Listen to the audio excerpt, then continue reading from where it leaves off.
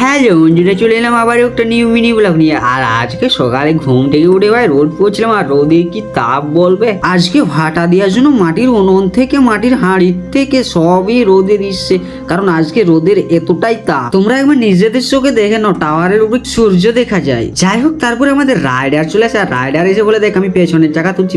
ওর আবার পেছনের চাকা তুলে শান্তি হলো না, তাই বলছে আগের চাকাও তুলছি, দেখ কিভাবে তুলি। একবার আগের চাকা তুলে ওর শান্তি হলো না, তাই বারবার চলে আসে আগের চাকা তোলার জন্য। আর আমি কাজে যাওয়ার জন্য ব্যাগ জলা সব রেডি করে নিস, সাথে 2 বোতল জল নিলাম। আজকে রোদের যা তাপ, 2 বোতল জলে মনে হয় কুলোবে না। যাই হোক, সবকিছু রেডি করে বেরিয়ে পড়েছি কাজে। সোজা চলে এলাম ধান খেতে। আর ধান খেতে ভাই আড়ে হাঁটার মজাটাই আলাদা। এক হাতে ক্যামেরা আর এক হাতে ব্যাগ নিয়ে হাঁটার যা পজিশন ভাই। আর তোমার চোখ যতদূর যাবে যতদূর দেখতে পাবে ততদূর শুধু ধানেই ধান। এই আড়ের মধ্যে হাঁটতে হাঁটতে সোজা চলে গেলাম আমাদের যেখানে ক্ষেত আছে সেই ক্ষেতে।